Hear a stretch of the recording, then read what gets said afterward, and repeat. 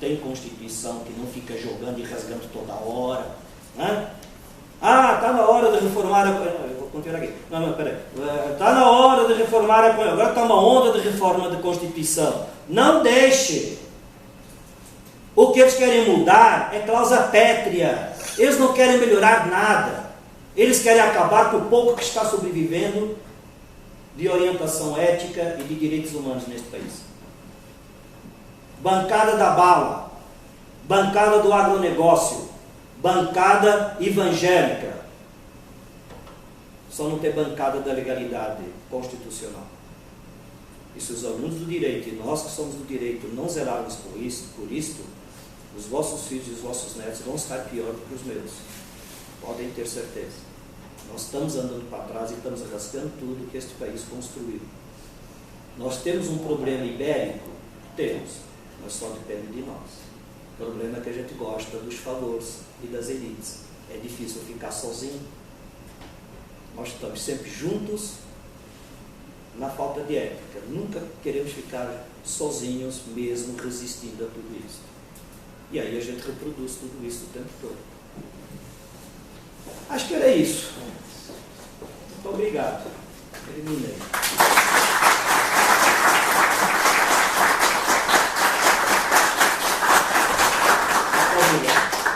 Agora façam perguntas. Vai, vamos lá. Vai. Não vamos deixar só nós falando aqui. Já estamos atrasados. Mas 5 minutinhos. Vai, faz pergunta aí. Fernando, fala. Sei que você está louco para me perguntar alguma coisa. Desculpa pelo atraso. Não foi isso que eu perguntei, Fê?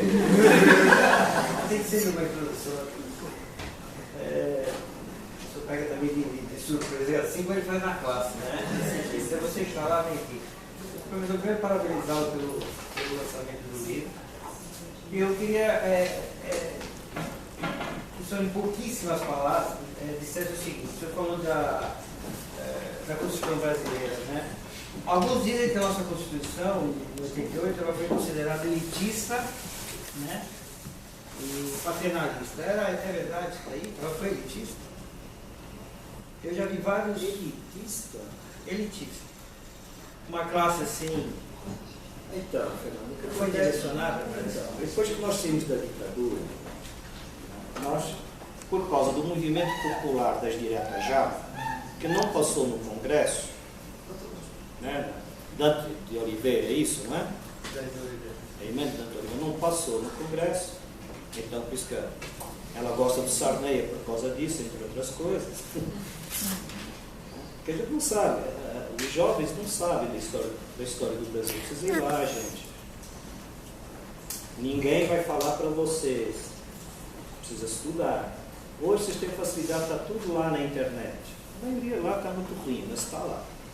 Mas assim, sendo objetiva a tua questão, é que foi feita uma Assembleia Constituinte, foi feita.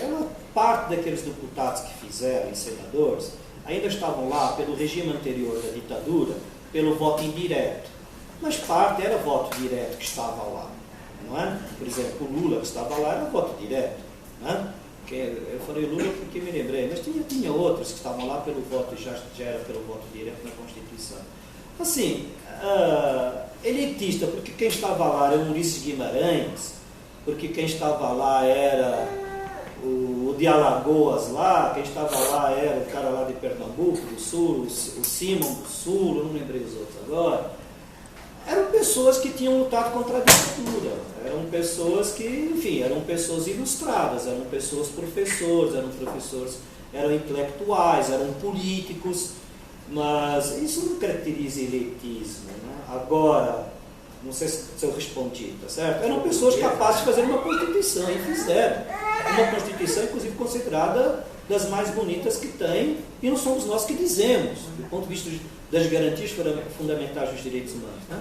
A gente lá em casa até gosta de brincar que a nossa Constituição, depois do artigo 6, 7, 8, o restante lá é consequência. O que interessa na Constituição vai optar até aos direitos e às garantias fundamentais. O restante é consequência.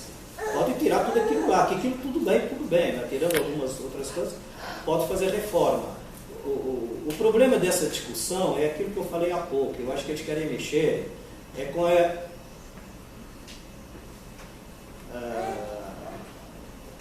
único do artigo 1º. Toda a soberania emana do povo e não dele será exercida de forma direta ou pelos seus representantes. O Brasil é, antes de tudo, uma democracia popular. Ninguém disse, mas foi isso que foi escrito. É o povo. O legislador não escreveu pelos seus representantes ou direta. Ele escreveu direta ou pelos representantes. Para mim isso faz toda uma diferença. Nós só entendemos que é só partido e representante. Mas não é verdade. Isso é ser paternalista? Um país que em 500 anos tem pouco mais de 80 anos de democracia. Não, só complementando, essa às vezes são algumas lendas que nós vemos em relação a ataques, principalmente de institutos democráticos. Quando você quer dizer colocar elitista, você tem que você perceba o que é elitista, pela visão política ou pela visão jurídica. Porque ser elitista pela visão política é o que o professor acabou de falar. Quem viveu e conheceu o que foi as diretas já, de 1985, saiu às ruas, sabe que foi um povo. Seja classe A, B, C, D e F, foi um povo, uma massa. Porque também esse poder todo, ele não se centralizou numa única classe, senão não tinha saído a Constituição. Houveram algumas costuras, principalmente porque estávamos saindo de um período negro em relação à anistia, por exemplo, houveram, para se sair uma Constituição, retiraram-se cláusulas, por exemplo, do parlamentarismo, que seria a forma de governo, e não presidencialismo, houveram, negociações houveram, essa é a política. Isso é uma coisa. Questão jurídica, existe alguma coisa menos elitista, por exemplo, de que trazer de volta o habeas corpus na Constituição? Totalmente suprimido e retirado de todo o período negro da ditadura? Uso capião coletivo? Tô chutando. Inclusive urbano. Urbano, que é aquilo, estou até fazendo um link com o que o professor falou na palestra. Então, assim, precisamos tomar muito cuidado, porque eu falo para o professor assim, a avó estudou comigo, sabe também, eu garro muito na Constituição, porque é a única coisa que nós temos. Nós construímos isso. Isso quer dizer que todos os direitos e garantias e liberdades constituídas ali são concretizadas? Não. Mas são direitos por muita luta, conquistados por muita luta. Como João Serra assinou a Magna Carta, Henrique VI quis ir lá e retirar todos os direitos ali da Magna Carta, como devido processo legal e embriões, né? Do devido processo legal e da habeas corpus. Pode acontecer isso, pode sempre estar acontecendo isso. A democracia é isso, dá trabalho. E o maior defeito da democracia é colocar a nossa consciência de sabermos o que somos. Esse é o maior defeito. Se eu quiser perguntar, pelo fato da promulgação dela, teve um partido que praticamente voltou contrário a ela, por causa da sua totalidade, que hoje, inclusive, faz parte do governo. Eu queria entender porque naquela época eles achavam uma coisa e hoje eles continuam achando. Pessoal, momento histórico. Questão. Momento histórico. Essa você tem toda a razão. Pessoal, achavam outra e, na verdade, não sei, Fernando, se achavam uma coisa e acham outra. Fizeram uma coisa e fazem outras. Na verdade, talvez sempre tenham achado uma desgraça mesmo que eles são. Isso é absolutamente claro. E não importa falar aqui de partido. O problema do Brasil é muito maior do que partidos hoje. Não acho que o Brasil possa ser governado sem partidos. Não temos como fazer isso de um momento para o outro. Porque se eu pudesse, eu ia viver lá no meio do deserto mesmo. Mas vendendo livro. Não precisa. Eu acho que não precisa. Ninguém ia comprar meu livro. Também não vou comprar meu livro. Mas não, o problema é a sunguinha. Só vender, não faz escampo. Escama. Essa é legal. Essas pessoas não mudaram, não, viu, Fernando? Eram elas mesmas. Os que, na verdade, fizeram a diferença, infelizmente, já partiram, acho que todos, para o outro lugar. Agora, seja como não, eles não escreveram a Constituição, você tem razão, quer dizer, também não escreveram, quer dizer, tem razão, estão dialogando, mas eles também não escreveram porque eles quiseram, não, é mais por isso que ele ainda falou, quer dizer, tinha uma massa, os mais jovens não viram. Então, inclusive, eu compreendo como vão para a Avenida Paulista. Eles estão querendo reproduzir a história, porque existe uma história bonita nesse país no final da ditadura. Agora, cuidado, que o momento é outro, né? E as coisas são outras e tem pessoas se aproveitando. A gente tem que ter muito cuidado e poder distinguir. Fala, Adriano, agora é você. Qual é a pergunta? Vai, Alex. Não.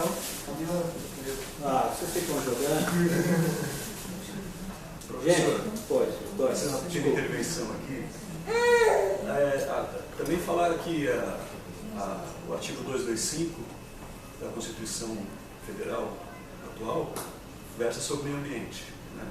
Acho que é 225, se eu não me engano. E pela primeira vez uma Constituição brasileira trata da questão do meio ambiente, né? Que acabou derivando a regulamentação dela, criou aí o CISNAMA, né? O Sistema Nacional de Meio Ambiente, todos os órgãos, as áreas protegidas, né? Os parques nacionais, todas as áreas indígenas, toda a legislação. Então teve muita pressão popular na época, eu lembro, né? E muitas demandas foram acomodadas ali. Claro que não dá para agradar todo mundo, né? Então eu acredito que a nossa Constituição é cidadã e democrática, bastante progressista, mas ela é bem genérica, obviamente, né? Como trata-se de uma carta magna, e acaba na regulamentação acontecendo... É verdade. Exatamente. Eu acredito que a gente tem que defender, porque a Anitta falou bem, né? A gente vive uma época de... Eu não gosto da palavra negra, né? Porque eu acho que o manual de redação do Estadão está dizendo que não é bom, realmente eu concordo com ele. A Idade Média foi o período negro, tudo, parece que negro é ruim. Eu discordo disso. Vamos falar de obscurantismo, acho que é um adjetivo mais apropriado, né? Não politicamente correto, mas também mais adequado à realidade. A gente vive realmente aí, eu acredito, uma polarização bastante negativa no nosso país, né? E o estudo da história ajuda a gente a entender a nossa realidade e evitar repetir determinados erros, né? Como regimes totalitários, a escalada da intolerância, da falta de diálogo e do espírito democrático. Então eu acredito que historicizar essas questões é muito importante, ainda mais no nosso país que se criou esse consenso bastante absurdo de que direitos humanos é direito de bandido, né, por exemplo, né? A gente sabe que não tem nada a ver com isso. Os direitos humanos foi criado pela burguesia dentro do contexto aí do liberalismo, né, das ideias liberais, e está ligado à dignidade da pessoa humana, né? Direitos humanos é o direito de trabalhar, direito de ter propriedade, né? Direito de ser julgado, né? Então acho que tem muitas coisas que estão se perdendo, infelizmente, né? O diálogo, a tolerância, em função dessa polarização, que eu acredito que tem muito interesse político por detrás disso, obviamente, né? E a gente aí está realmente num período, numa inflexão histórica muito perigosa, mas também uma potencialidade muito grande, porque a gente daqui para frente pode realmente criar um país ético e livre da corrupção. Temos essa potencialidade, mas isso tem que ser feito dentro dos marcos democráticos, né? A democracia hoje é uma nossa bandeira maior, eu acredito, né? A defesa da Constituição nessa escalada, né? E realmente a gente está vendo muito questionamento em relação aos direitos, em relação a esse tipo de coisa. E eu acredito que o seu livro é muito bem-vindo, né? Esse tipo de reflexão é necessária e realmente a gente tem aí que investir muito na educação, né, do nosso povo, defender ideias básicas e fundamentais. Eu acredito que a nossa luta hoje é uma luta muito mais de manutenção, de defesa, do que necessariamente de avanço, né? Porque se a gente conseguir preservar determinadas conquistas, né, que foram estabelecidas na Constituição e etc., a gente vai realmente conseguir, pelo menos, manter alguma estrutura básica de legalidade democrática, de convívio entre as diferenças, né, de uma maneira interessante, assim, do ponto de vista da humanidade. Então, o seu livro é muito bem-vindo. E a pergunta que eu queria fazer para o senhor realmente Eu estou vendo que nos países envolvidos, muitos países estão eliminando o estudo de história, de geografia, das humanidades de um modo geral. Então, substituindo por programação de computador, de softwares, criação de softwares, inteligência artificial. Então, já estão criticando essa ideia de que as pessoas têm que ter um conhecimento crítico e de que têm que questionar a realidade como algo não natural e sim historicamente produzido e que pode sim mudar, assim por diante. Então, eu vejo essa uma tendência dentro aí da globalização, né, neoliberal, vamos chamar assim, né, e a ênfase no ensino tecnológico e no ensino das ciências exatas. Eu gostaria de saber do senhor, como humanista, né, como é que o senhor enxerga essa tendência da educação mundial de negar o ensino das humanidades, de desprezar o ensino das humanidades, que é uma coisa que eu sempre achei que era algo ligado ao terceiro mundo, ao nosso subdesenvolvimento, aos interesses dominantes, né, de manter o povo no seu lugar, né, sem questionar, simplesmente aprender ofícios técnicos, né, como a ditadura houve, Monbral, aquela coisa toda, e hoje existe uma orientação clara das escolas em combater o ensino crítico, né, o pensamento crítico, o pensamento de um modo geral, né, e que as pessoas simplesmente reproduzam a ordem estabelecida como consumidores dóceis e passivos e que reproduzam a ordem, entre aspas, social. Né? Então, eu queria saber do senhor como é que o senhor vê essa questão como escritor, como professor universitário de humanidades, né?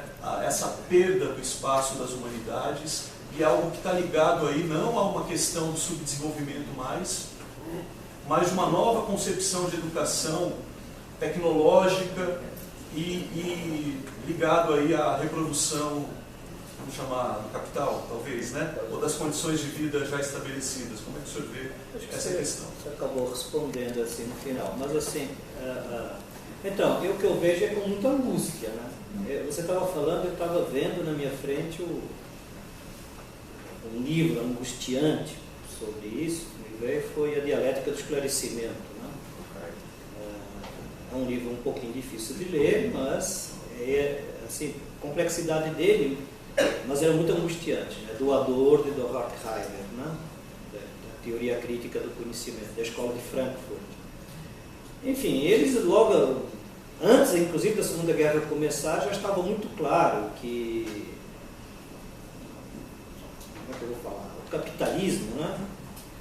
Na verdade, eu acho que hoje já não é mais uma questão de capitalismo, a forma mercadoria, sociedades de mercado, né? Elas vão fazer tudo, isso é o triunfo da bestialidade de mercado.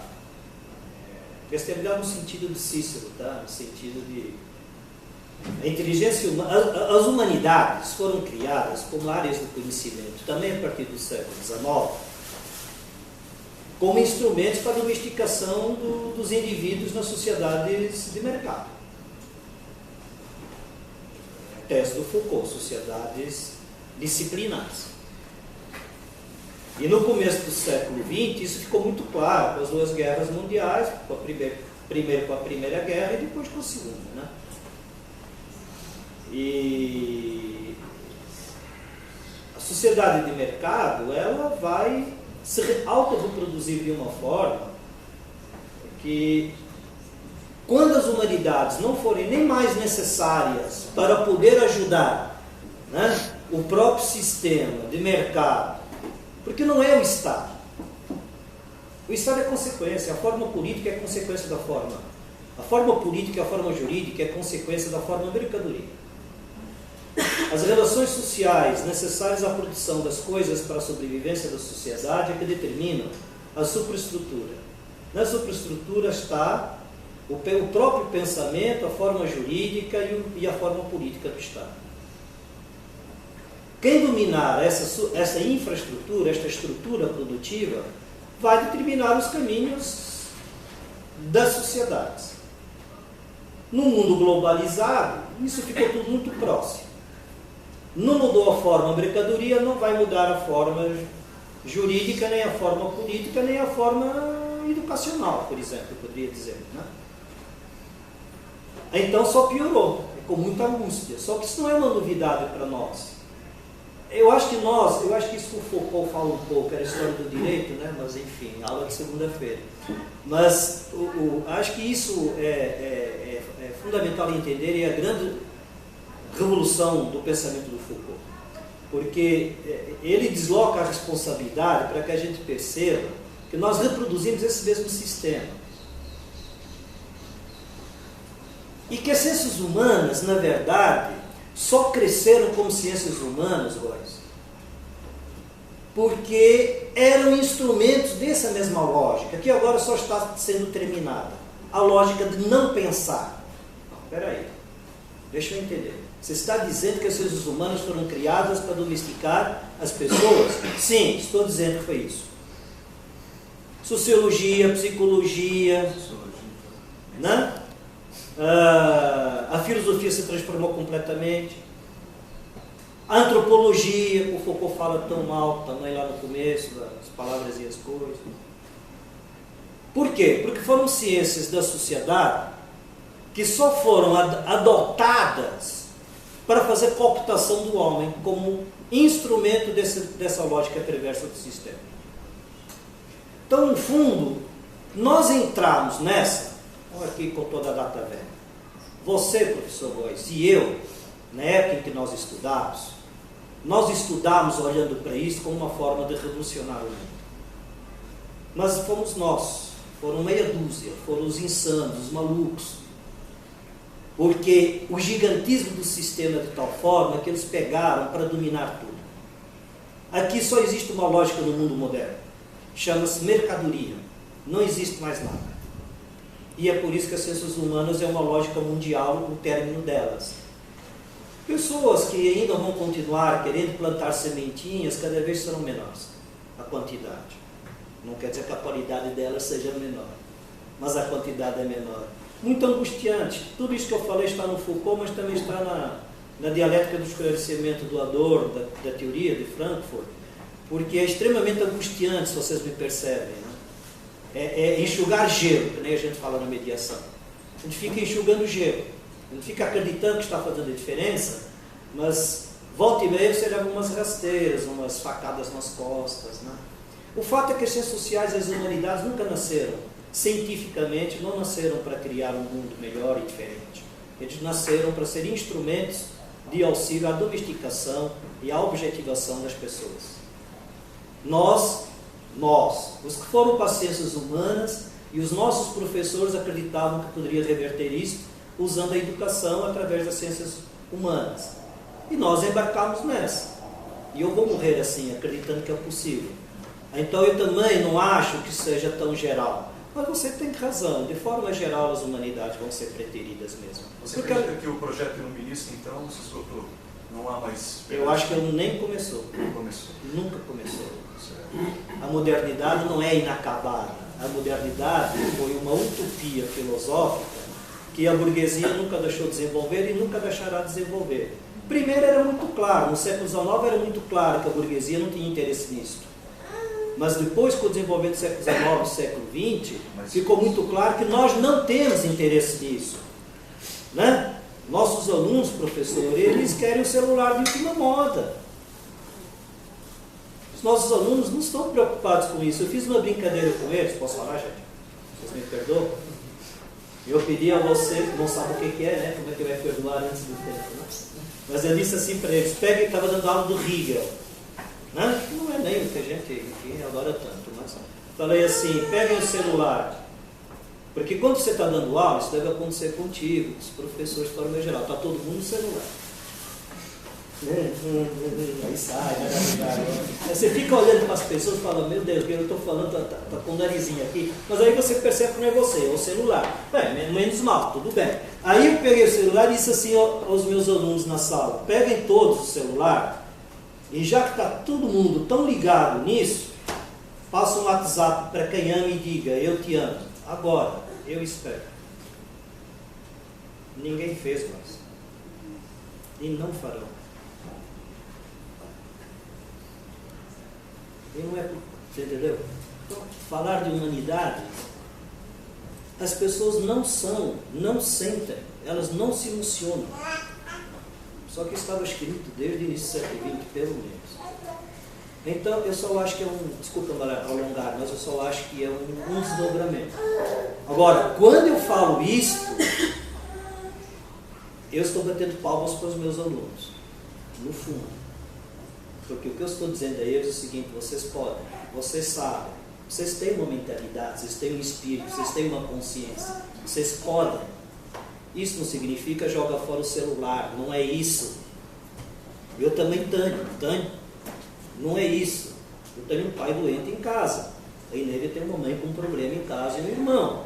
Nós precisamos disso. Isto facilita a vida. Mas é difícil, né? A gente fica... Precisa mais do que isso, né? Então, na verdade, é uma homenagem que a gente faz. A gente continua acreditando, né? Mas assim, de forma geral, global, esquece. É que nós continuamos acreditando que vamos fazer as ciências humanas no mundo todo. Gente, está bom para vocês?